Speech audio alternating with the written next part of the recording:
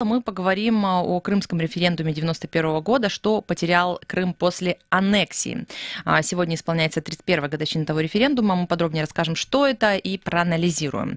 Я также отмечу для нашей интернет-аудитории, что видеотрансляции эфиров доступны на YouTube, иногда и на Facebook страницах Крым Реалии. Там также есть некоторые эфиры. Вы можете оставлять свои комментарии. Мы, все журналисты, во время эфира стараемся читать их и цитировать вас во время эфира, но если вдруг что-то важное мы упустили, пожалуйста, позвоните также 8 800 10 06 926 и давайте пообщаемся в эфире вместе с вами и с нашими экспертами.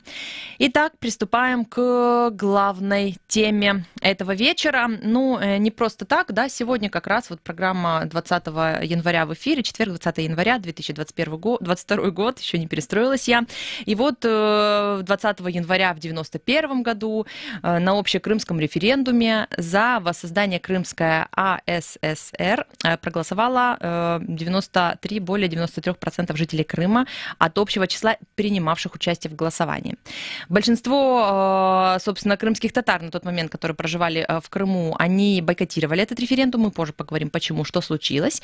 Ну, собственно, на всеобщее голосование был вынесен вопрос: вы за воссоздание Крымской автономной советской социалистической республики как субъекта Союза СССР и участника союзного договора? Вот такой вопрос. И нужно отметить, что уже 12 февраля 1991 года на основании результатов этого общекрымского референдума Верховная Рада Украины приняла закон, который называется «О восстановлении Крымской автономной советской социалистической республики», а через 4 месяца были внесены соответствующие изменения в Конституцию Украинской ССР 1978 года.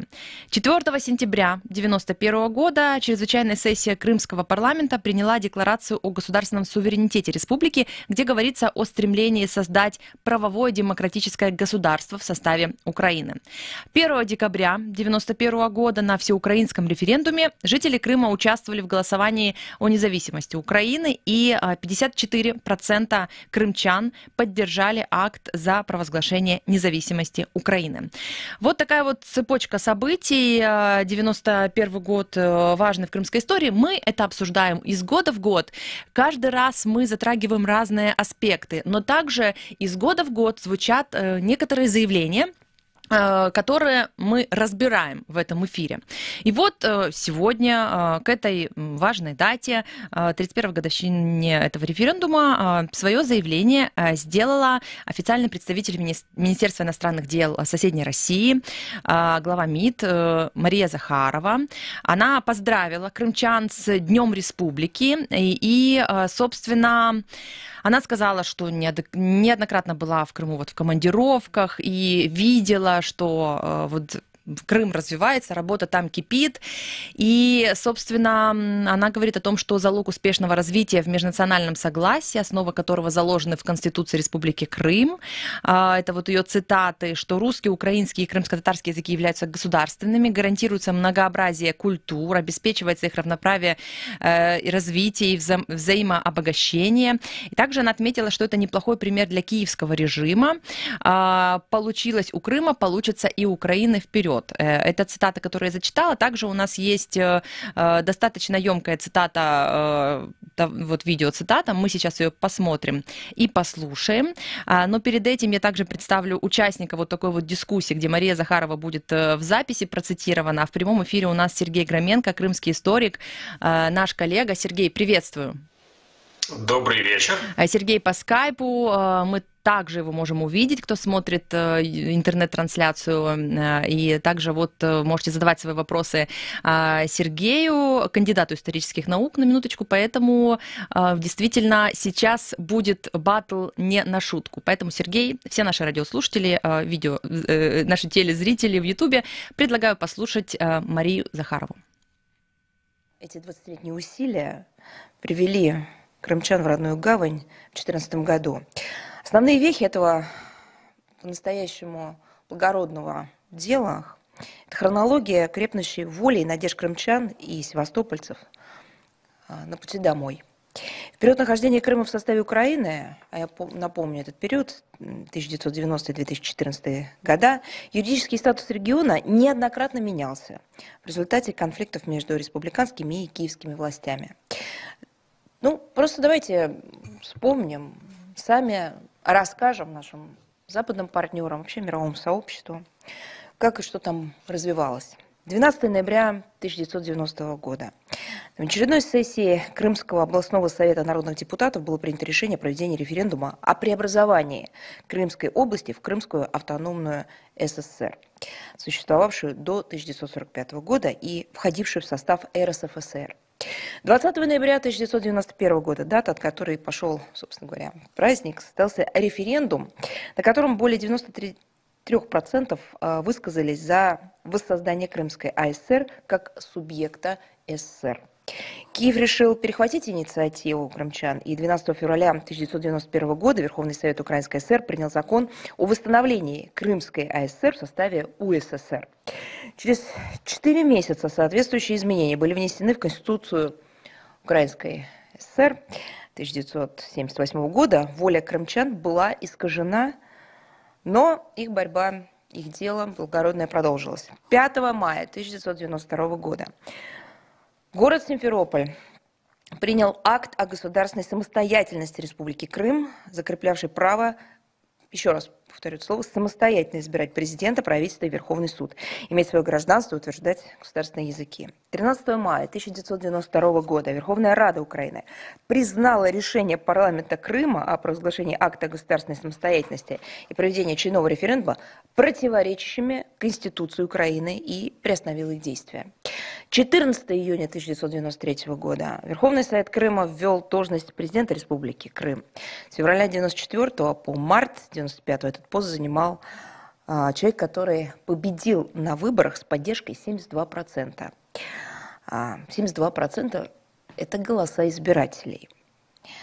27 марта 1994 года в Крыму состоялся очередной референдум, на котором большинство жителей полуострова поддержало инициативы избранного президента. Они были направлены на интеграцию, тесную интеграцию с нашей страной. ЦИК и президент Украины объявили состоявшийся 27 марта 1994 года референдум вновь незаконным.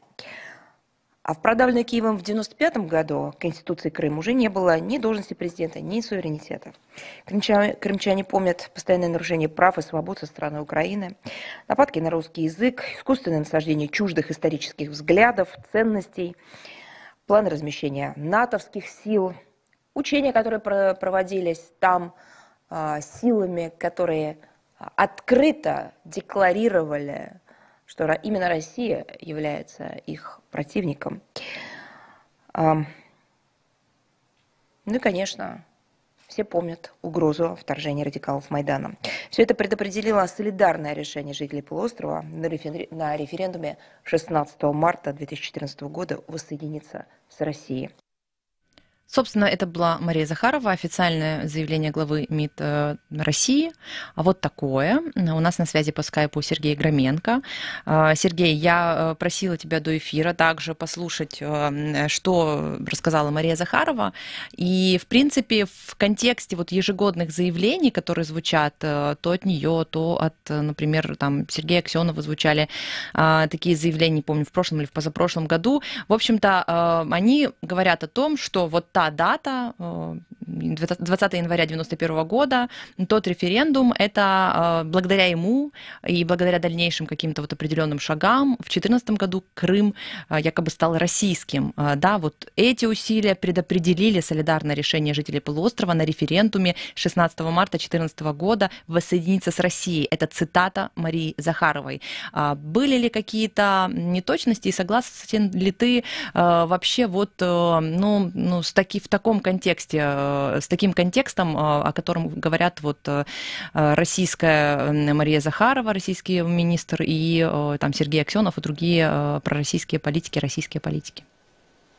Ну, к счастью, все-таки надо сказать, что она не глава МИДа, только лишь представитель. Уже, простите, да, спасибо, что поправил. Что это не изменится в дальнейшем. Спасибо, что поправил. Что касается вот этих вот попыток выстроить схему от референдума 20 января 1991 до 16 марта 2014, это такая вот традиционная схема новой крымской истории. Она очень здорово напоминает попытки построить вообще историю России, начиная с киевского периода. Вот, дескать, была Киевская Русь, потом ей на смену пришла Владимирская, Суздальская Русь, потом Московская, ну а потом в Петербурге Российская империя. И поэтому, мол, надо сделать так, чтобы Киев снова был вместе с Москвой и Питером в одном государстве, как было раньше.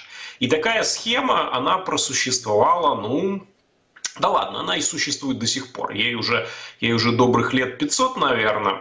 И она по-прежнему имеет своих сторонников не только среди политиков, но и даже среди так называемых профессиональных историков. И вот здесь мы видим то же самое, когда два события, не связанных друг с другом ничем, кроме российского желания вот их связать, объявляются элементами одного процесса. Дело в том, что референдум 1991 года, вот как бы мы к нему ни относились, что бы мы ни думали и не говорили о решениях, он все-таки был низовой инициативой, он был проведен в большей или меньшей степени соответствия с тогдашним законодательством советским, и, конечно, его результаты были признаны. Да?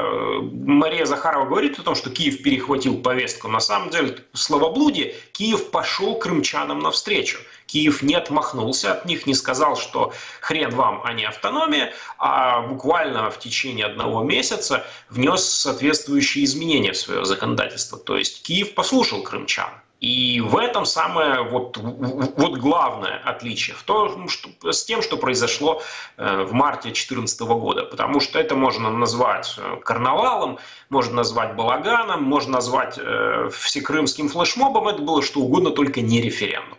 Потому что референдумы не проводятся под дулами автоматов войск соседней страны. И в России это ничуть, ну, в принципе, это понимает, конечно, в России.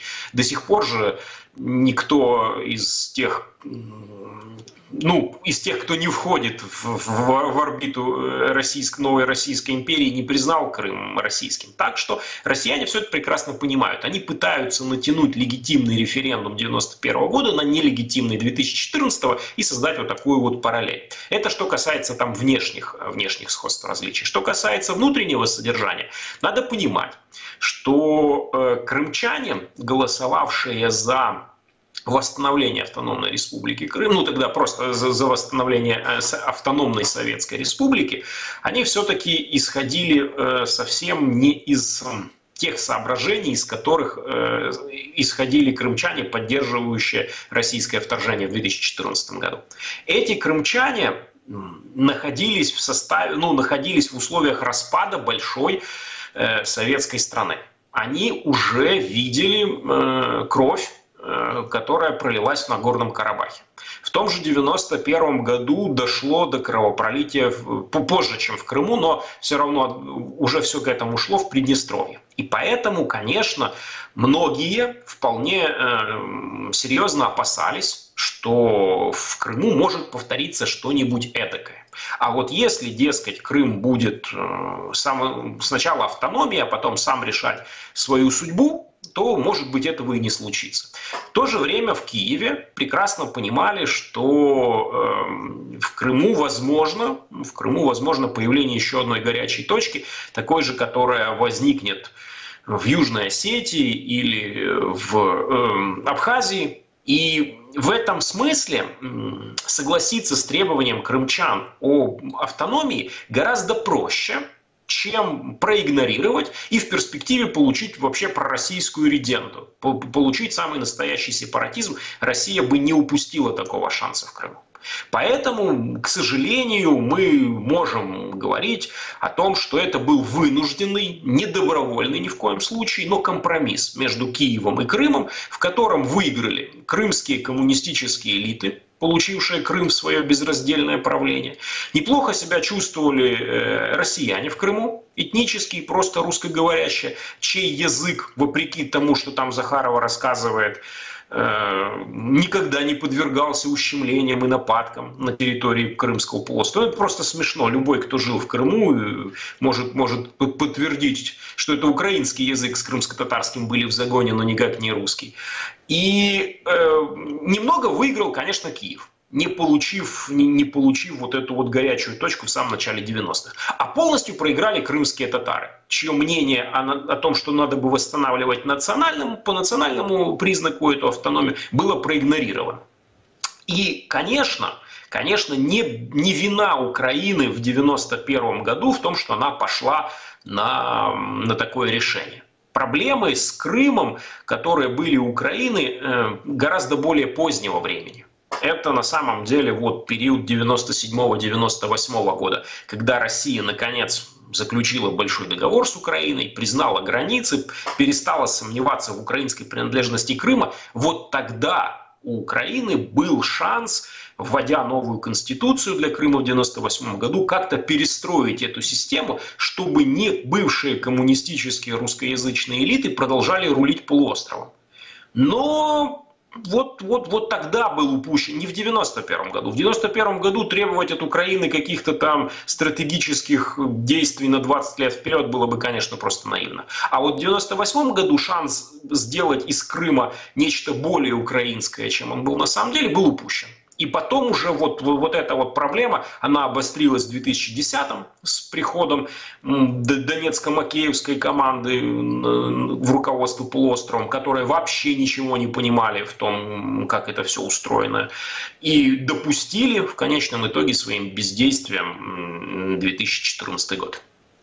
Мы позже еще поговорим с Рифатом Чубаровым об этом аспекте, почему крымские татары, почему Мустафа Джемилев, лидер крымско-татарского народа, тогда призвал проигнорировать этот референдум. Нужно сказать, что таким вот идейным вдохновителем, одним из инициаторов этого референдума был Леонид Грач, и ранее в комментарии в прошлом году, по-моему, «Крым Реалии», он, собственно, сказал, что референдум, по его мнению, был единственным способом избежать острых конфликтов на полуострове, что он дал возможность сохранить в Крыму покой, мир, и что не были развязаны какие-то междоусобные войны, что очень много исторических проблем, которые связаны, в общем-то, то там, то сям, и это все могло вылиться во что-то плохое. Ты сказал подобные вещи, да, что это с этой точки зрения этот референдум был выгоден Киеву. Если бы референдум не прошел, если бы не было вот этой вот инициативы, как ты сказала, снизу, да, из Крыма о таком референдуме, что могло бы случиться тогда в 91 году? И самое интересное, могло ли в конце 91 года состояться, каким бы был ответ крымчан на вопрос по украинской независимости? Тут, конечно, открывается достаточно широкое поле для сравнительных исследований, потому что мы видим на всем вот этом вот южном фланге Советского Союза, как такие вопросы решались или не решались соответствующими силами национальных бывших республик, которые стремились к независимости. Но тут есть, конечно, проблема в том, что крымская ситуация, она была абсолютно уникальной. То есть, если мы посмотрим на Приднестровье, то мы увидим, что там, с одной стороны, молдавская власть, стремящаяся к независимости, отдельные радикалы даже к присоединению к Румынии. А с другой стороны, вот приднестровское население, которое формировалось из разных источников, оно было, в общем-то, может быть, даже гораздо более украинским по своему происхождению, чем российским, но, конечно, вот это вот население, оно слилось вот это вот в русскоязычный приднестровский массив до полной неразделенности. И вот они противостояли вот этим, вот как они тогда считали, молдавским националистам. В Абхазии и Южной Осетии мы точно так же видим конфликты определенного национального меньшинства, которое на этой территории составляет большинство, с кем? С центральной властью, да, пусть не центральной, пусть пока с республиканской, но все-таки с властью. А вот в Крыму не было вот этого одного национального меньшинства, большинства, которое бы противостояло центральной власти.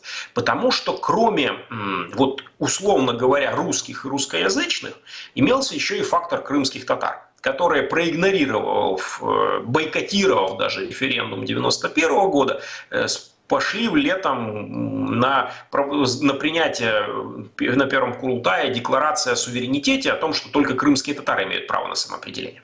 То есть в конечном итоге у Украины был шанс, и мне кажется, что Украина не профукала этот шанс в 1991 году, не получить против себя единый фронт всех крымчан. То есть, когда мы слышим из уст Марии Захаровой, что крымчане хотели, крымчане выступили, крымчане заявили, она всегда лукаво замалчивает, что речь идет о русскоязычных. Не о крымчанах, не целиком, не о том населении полуострова, которое имелось, а конкретно о русскоязычном населении. Потому что крымско-татарское население, крымско-татарский народ, вернувшийся, возвращавшийся в этот момент из депортации, и те немногочисленные сознательные украинцы, которые проживали на полуострове, они в это понятие крымчан по Захаровой не входили. Они не хотели присоединения к России ни в коем случае. Их вполне могло устроить и украинское государство. Поэтому говорить о том, что вот если бы Украина не прислушивалась к результатам референдума, или референдум не прошел, то у нас однозначно бы пролилась кровь и возникла бы горячая точка, нельзя. Возможно, это было бы, но в другом варианте. Возможно, Украина смогла бы, сделав ставку и поддержав, например, не элиты коммунистические, русскоязычные, а поддержав Курултай, сразу выдвинуться к решению вопроса о Крыму как национальной автономии крымско-татарской. Это был реальный шанс, развилка того же 91 года. А может быть и нет. Может быть, у Украины не хватило бы ума для того, чтобы это сделать. Кто там, в конце концов, в Киеве понимал, кто такие крымские татары и чего они хотят? Крымских татар депортировали с полуострова, когда полуостров еще не был частью СССР. Поэтому тут такое. И вполне возможно, что как российские миротворцы появились в Приднестровье, появились в Абхазии, Южной Осетии, так они могли появиться и в Крыму. В конечном итоге база-то в Севастополе у них была. Сейчас мы знаем, насколько трудно проходил процесс становления украинского флота в Севастополе, как украинских офицеров новых третировали их бывшие коллеги, которые захотели служить под российским флагом. Так что, да, нельзя исключать и такого варианта. В любом случае, мне представляется, что вот компромисс с референдумом, пусть не добровольный, пусть вынужденный и пусть гораздо более выгодный Крыму, чем Киеву, это все-таки лучше, чем попытка решить этот вопрос силой. Потому что из силового противостояния можно было выйти победителем, а можно было выйти проигравшим. И проигравших мы видим, в общем-то, до сих пор. Мы видим Молдавию и Грузию, чьи территории уже 30 лет им не принадлежат. Там находятся российские войска. Так что я прекрасно понимаю там, чувства крымско-татарских руководителей и крымско-татарского народа, которых обманули, которых лишили возможности построить свою национальную государственность на полуострове. Но я не могу критиковать Киев, потому что я сам не знаю, как бы я поступил на месте Кравчука в 1991 году. Сергей Громенко с нами на скайп-связи. Он в такой вот дискуссии оказался с Марией Захаровой, которую я повысила, да простит меня Сергей Лавров, оговорилась. Вот. Но у нас есть еще несколько телефонных звонков. Давай, Сергей, ответишь на них. Давай услышим, кто нам дозвонился. Представьтесь, пожалуйста, кто вы, откуда и ваш вопрос. Мустафа. Здравствуйте, вы в эфире. У вас есть вопрос или комментарий по теме программы? По отношению к крымским татарам в Крыму. До 2014 года в городе Керчи существовал и функционировал единственный в Крыму, единственный в Украине бюджетный клуб. Крымско-татарский клуб. Он назывался Кировский культурный центр. В 2014 году по приходу России он ликвидирован. Вокруг все на русском языке. Татары мы не знаем, куда пойти, поговорить, где кофе попить, между собой пообщаться. Поэтому Захаровый вопрос. Почему закрыли? Почему закрыли крымско-татарский? Единственный бюджетный клуб был у нас. Вот и не ждем мы от России благостных действий по отношению к крымским татарам. Но хочется, чтобы об этом случае тоже в Украине знали. Спасибо. Спасибо вам огромное, что дозвонились. Вот один из ответов Марии Захаровой. Вы можете тоже поучаствовать в этом эфире. 8 800 10 06 926 и высказать свое мнение, тем более, если вы участвовали тогда в референдуме, в том числе, не жалеете ли вы о том, как проголосовали. Звоните, пожалуйста. У нас есть еще один звоночек. Пожалуйста, коротко. Представьтесь, кто вы, откуда, ваш вопрос или комментарий. Добрый вечер, уважаемая Екатерина Клети и уважаемый Громенко, это Александр из соседней России. Я вот что хочу спросить. У меня два вопроса. Будет про Крым и про опцию. Вы вот сейчас сказали про Приднестровье и так далее. Ну вот хочу вас спросить что про Приднестровье. Насколько вы разделяете мнение Виталия Постникова, который я тоже очень уважаю и часто слушаю на русской службе «Свободы» и на украинской, он считает, то, что произошло в Приднестровье, это было нашими спецслужбами, еще советскими сделано. Он, насколько вы это разделяете? А второй вопрос по поводу Крыма. Вот в каком аспекте. Тот же самый Виталий Постников рассказывал, что у наших тех еще правителей 90-х была идея еще тогда забрать Крым. Ну, они думали забрать всю Украину под этим делом. Поэтому не стали забирать Крым. А вам, крымляне и донбассляне, как всегда, удачи, а вам, Екатерина Клети, здоровья. Спасибо большое, Александр. Вам также здоровья. Спасибо за то, что дозвонились. Даю слово Сергею Громенко. Ну, если очень коротко, что касается Приднестровья, то мы должны понимать, что провокации спецслужб – это неотъемлемая часть нашей истории. Да? Но никакие провокации спецслужб не могут получиться, если к этому нет каких-то объективных условий. То есть, если в Крыму в 2014 году большинство населения русскоязычное, и пророссийские настроения очень сильны, и это понимают все, кто в Крыму жил в то время, то там и процесс российской интервенции гораздо проще, чем на материковой Украине. И на материковой Украине, опять же, какие города попадают под удар? Те, которые являются базовой вотчиной для самой главной пророссийской силы в Украине, для партии регионов.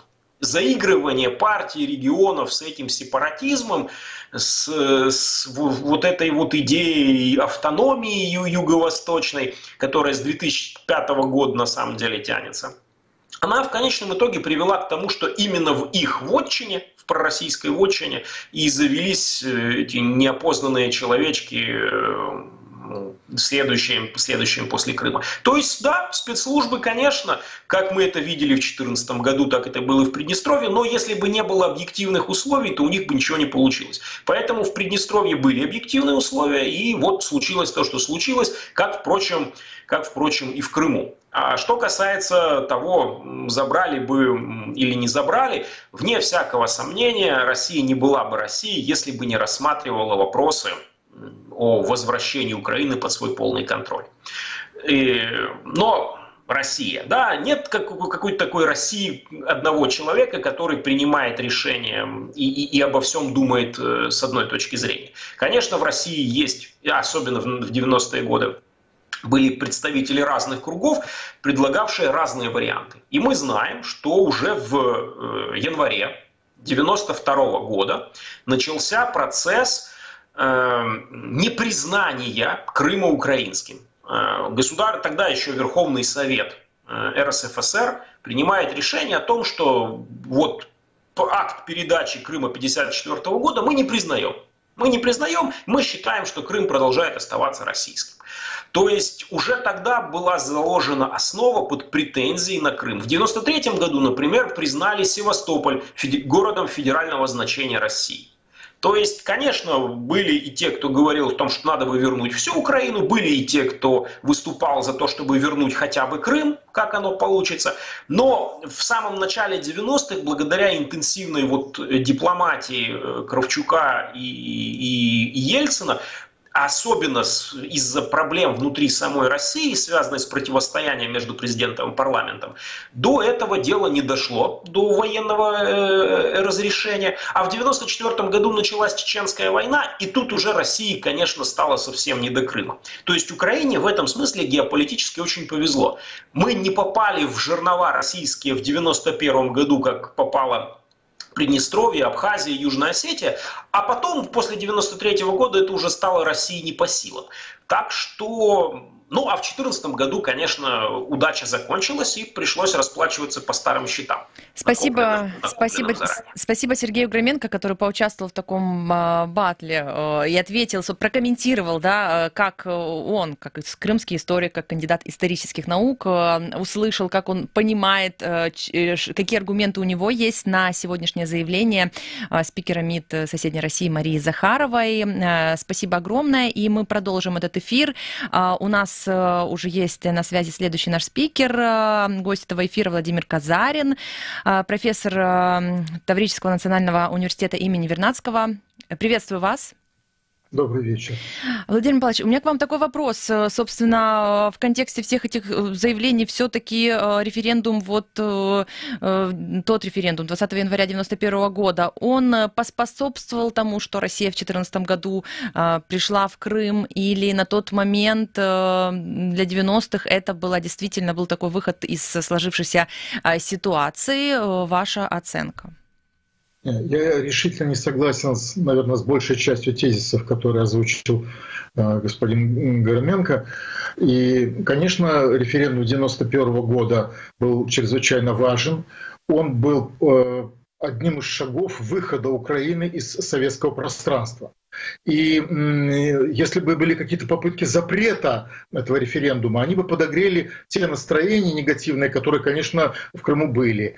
Но в результате вот этой очень дипломатической и очень точно проведенной политической и избирательной кампании 1991 года, я напомню, что в результате в конце 1991 года наши два референдума, крымский январский до ГКЧП, и украинский декабрьский после ГКЧП. Так вот, наш крымский в январе проведенный референдум, который сделал первый шаг, он пошел навстречу как бы настроениям крымчан, он удовлетворил в том числе какую-то историческую справедливость возвращения того, что было когда-то после войны аннулировано, а в результате во втором референдуме все были уверены, что Крым и Севастополь проголосуют против в большинстве независимости Украины.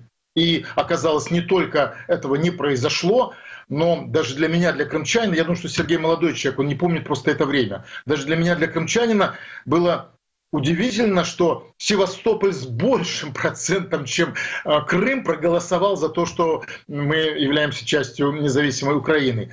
И я хочу сказать, что настроения вот эти, они были реальными и серьезными. И Киев политически переиграл это все. Опять же, он не упомянул совершенно избрание Мешкова в 1994 году. Вы понимаете, каким... И, кстати, он победил с тем же самым результатом, что Зеленский сейчас. Там было 73%, и здесь было 73%. Но там кончилось крахом. Ну и, судя по всему, у нас тоже сейчас не очень все как-то хорошо развивается. И в этом плане и Кравчуку надо отдать должное, и другим политикам надо отдать должное. Кравчук приехал в Верховный Совет Крыма. Он выступал и предлагал: давайте мы решением парламента Украины вернем вам автономию. Опять же, и наши крымские юристы сказали: нет, давайте мы закрепим это как следует волеизъявлением народа. Поэтому я думаю, что никоим образом это никакую оккупацию со стороны России не приближало. И вот вопрос, который был со стороны зрителя, это однозначно силовые акции спецслужб. В Приднестровье была 16-я армия Лебедя. Там было гигантское количество оружия. Дело в том, что именно в Приднестровье были главные склады на случай войны в Европе. Там было в сумасшедшем количестве оружия, которое должно было потом снабжать все части, которые двигаются туда. И в этом плане, конечно, они это сделали силовым образом. Я думаю, что очень просто можно ответить на этот вопрос и в этом смысле отодвинуть сомнения господина Громенко. Мы что, думаем, что утихомиривание ситуации в Казахстане свидетельствует о том, что казахи в большинстве настроены пророссийски? по этой логике? Да их просто силовым образом задавили. И реальное количество погибших нам до сих пор не называют. Поэтому это были действия спецслужб. И 2014 год – это никакое не волеизъявление, никакая не позиция крымчан. 60% крымчан были за Украину, 40% вот это, так сказать, пенсионеры, люди старшего возраста и так далее. Вот они как бы определили в каком-то смысле это голосование, но никто не подсчитывал голоса 60% тех, кто были против.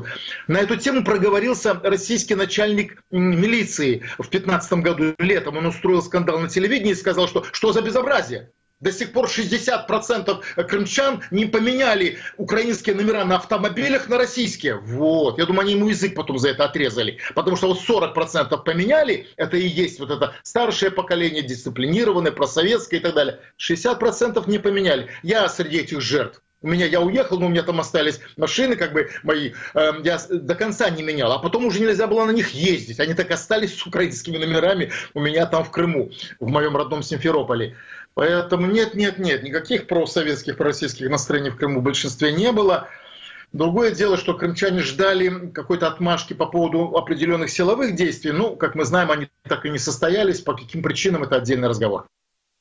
Владимир Павлович, а если вот так вот коротко резюмировать, по вашему мнению, Крым, он с тем, что в 2014 году случился так называемый референдум, да, мы знаем, что российские официальные власти называют это референдумом полноценным, постоянно об этом говорят, но вот, собственно, Крым в некоторой степени же потерял свою вот эту автономию, даже не в некоторой, а в принципе, потому что сейчас мы видим, как развивается Украина, есть децентрализация и прочее, и все-таки насколько независим и автономен в своих действиях, в своих решениях Крым сегодня, после 2014 года, после прихода России? Ни в какой степени, как Приднестровье ни в какой степени не свободно и ничего не решает, как Абхазия, Осетия не свободно, ничего не решают, точно так же Крым не свободен, и оккупированные территории Донецкой и Луганской областей ничего не решают. Это оккупированная территория, которая будет жить в этих условиях. Другое дело, что там вот пробуждается, иногда утверждается, это естественно для людей, живущих в оккупации, так называемый стокгольмский синдром. Ну, лишь бы как бы не было хуже,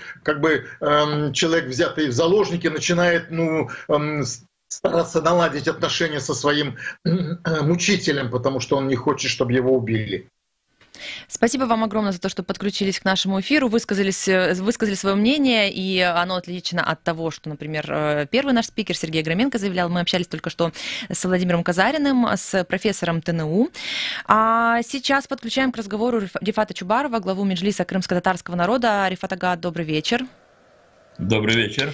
Мы знаем, мы сказали уже в начале программы об этом, Сергей Громенко об этом также говорил, что вот большинство крымских татар не поддержали, даже бойкотировали референдум, который прошел 20 января 1991 года в Крыму. Мустафа Джемилев тогда призвал бойкотировать, потому что крымские татары хотели, чтобы национальный признак учитывался, и говорили тогда о своей автономии в том числе, да, и напоминали об исторических данных и прочее. Как вы думаете, то, что проигнорировано было мнение крымско-татарского народа, то есть как можно было бы в этой ситуации вообще быть, можно ли было бы прислушаться, не пошатнулась бы от этого какая-то вот такая ситуация в Крыму, не пришла бы Россия еще раньше туда?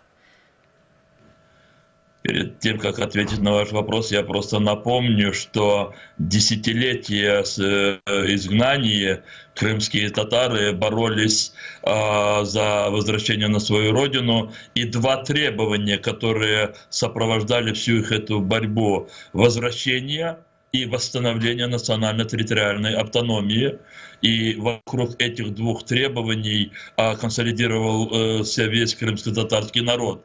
1987 год, массовые митинги крымских татар на Красной площади с требованиями возвращения, восстановления крымской автономии. Создается государственная комиссия во главе тогда с Андреем Громыко.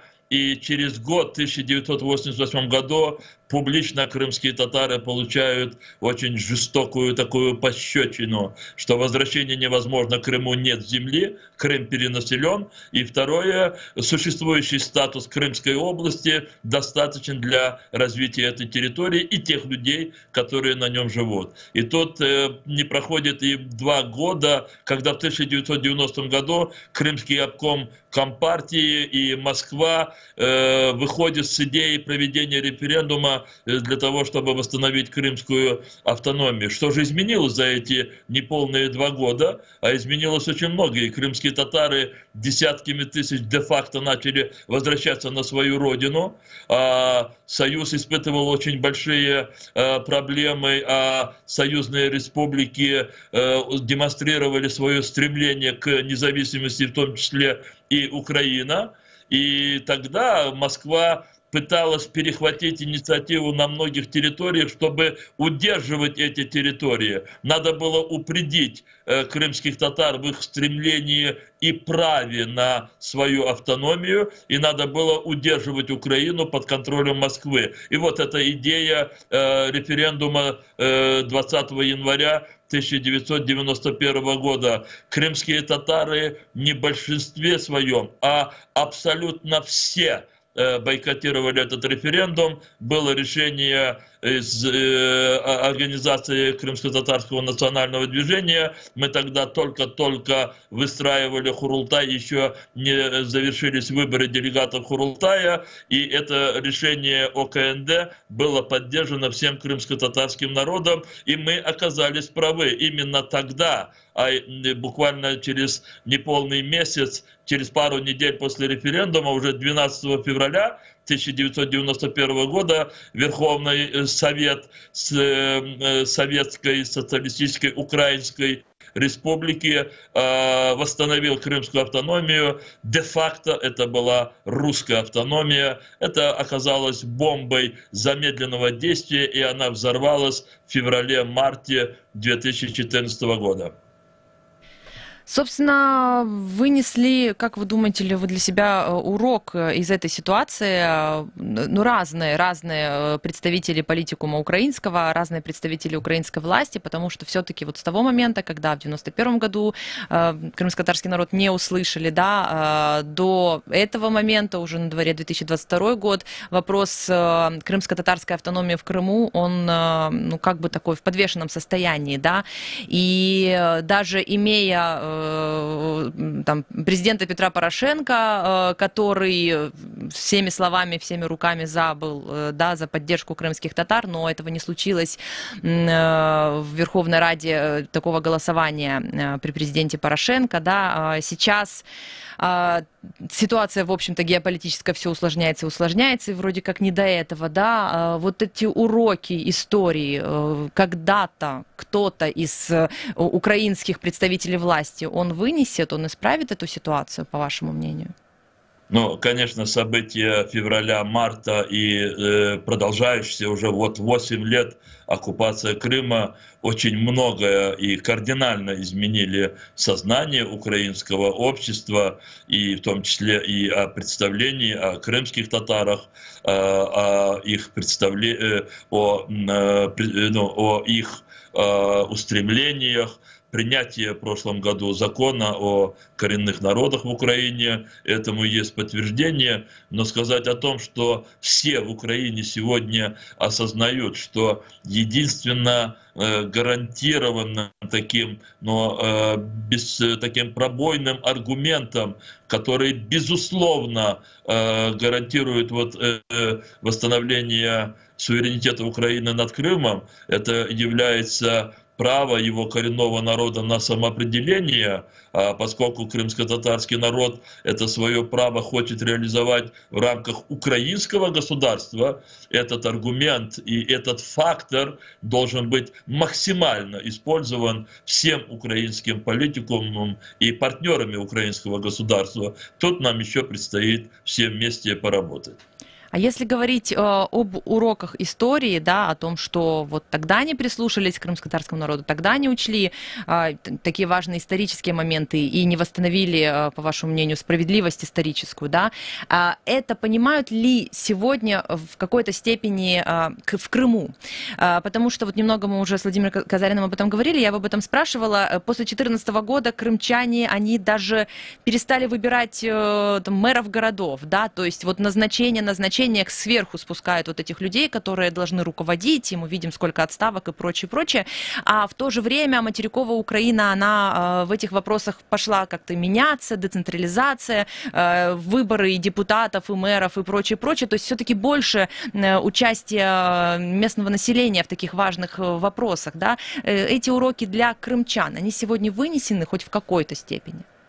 Смотрите, как на мой взгляд, крымчане осознают, что их, ну, крымчане, вы знаете, я не люблю этот термин, но, значит, так, значительная часть крымского общества, и в том числе те, которые поддержали вторжение России на территорию Крыма, у многих из них происходит отрезвление. Они осознают, что их использовали, а теперь они даже ради защиты своих элементарных прав не имеют права на организацию, на свободу слова, на демонстрацию своего такого ненасильственного поведения. Это они осознают. Но сказать о том, что источником всех этих и причиной всех их сегодняшних бедствий стало беззаконие, которым руководствовался и оккупант, которое и они поддержали, в том числе беззаконие по отношению к коренному народу Крыма, они еще вот до такого понимания не доросли. Нельзя в основу любого благого дела, то есть нельзя ожидать благих результатов, если закладывается некое дело на основе беззакония. Вот и в 1991 году, и особенно в 2014 году, в феврале-марте, многие свои благие ожидания выстраивали на беззаконии. Вот это они должны осознавать. Нельзя на беззаконии и тем более на бедах другого пытаться выстраивать свое счастье. Пусть даже такое локальное крымское. Это не получается.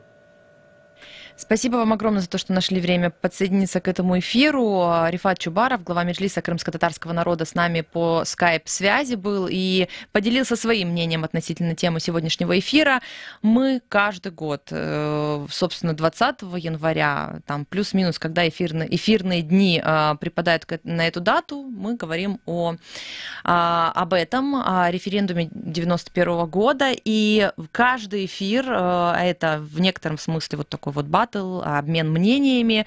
Каждый эфир несет в себе очень много исторических фактов, и уж точно можно сказать одно, что мы с вами не всегда хорошо, а иногда очень даже плохо знаем историю. Я могу предложить на интернет-аудитории в особенности на сайте Крым Реалии, на YouTube-канале Крым Реалии найти архивные программы, тексты. Там вы просто можете в поиске вбить дату 20 января 1991 года, там Крым, референдум и прочее, и почитать, послушать разные мнения, которые мы собираем в нашем эфире все эти годы, для того, чтобы быть осознаннее, быть, ну, в общем-то, в курсе того, что происходило и что происходит сегодня. Это очень важные моменты. Призываю всех наших радиослушателей также делиться своим мнением, какими-то другими темами, которые вы считаете важны сегодня для Крыма. Звоните по номеру 8 800 10 06 926. Вы видите, что в нашем эфире можно хоть и заочно, но подискутировать с российскими чиновниками, потому что они делают заявления, а возможно ваш какой-то там ваш комментарий, ваше мнение, оно будет услышано и какими-то представителями власти, но точно оно будет услышано всеми другими радиослушателями. Это территория свободы слова. 8 800 10 06 926. Звоните к нам в эфир. Радио Крым Реалии вещает круглосуточно на 648 АМ. Приглашаем вас также на наш сайт Крым Реалии. У нас есть приложение и YouTube-трансляции этих всех эфиров. Эфир для вас провела я, Катя Некреча, и команда Крым Реалии. До встречи.